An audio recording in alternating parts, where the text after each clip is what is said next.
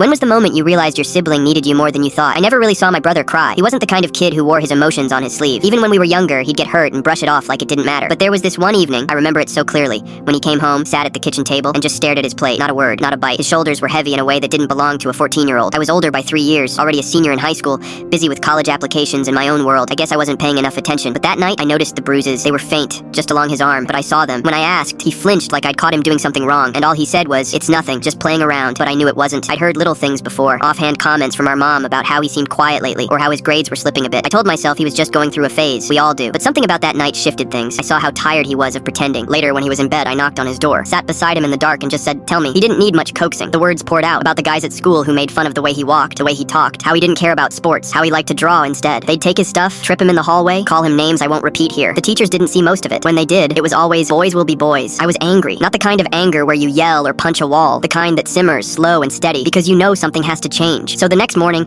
I told him I was walking him to school. He resisted, of course, said it would just make things worse, said I didn't understand, but I told him, let them try something with me there. We walked together in silence. I think he was scared, and honestly, I was too. Not of the kids, of making it worse, of embarrassing him, of stepping into a world I'd ignored for too long. They were at the gate when we got there, 3 of them, laughing like nothing could touch them. One of them, the ringleader, walked right up and said something snide to my brother. I forget what exactly. Something mean, casual, like it was routine. But this time, I was there. I stepped between them and said, "Say that again." The kid blinked. You could tell he wasn't used to being challenged. I wasn't loud. I didn't yell. I just stared him down and asked if he felt like a big man bullying someone smaller than him. I asked the others if this was really what they wanted to be proud of. There was no fight, no swinging fists, just a quiet, firm confrontation. And maybe that's what shook them the most. I wasn't angry like they expected. I wasn't even threatening. I just made them see themselves for a second. The awkward silence that followed said everything. They didn't say much after that. They backed off, mumbled something, and walked away. And they never touched my brother again. We didn't talk much on the walk home, but at dinner that night he smiled. A real one. He talked about a new drawing he was working on. I think that was the moment I realized how much silence he'd been living in, how long he'd been holding his breath. Since then, he's come into himself more, joined the art club, made real friends. I won't pretend I solved everything with one confrontation. Bullying doesn't disappear overnight, but it changed something, gave him space to breathe, gave him proof that someone had his back, and for me, it was a lesson I still carry. Sometimes the biggest difference you can make is just showing up.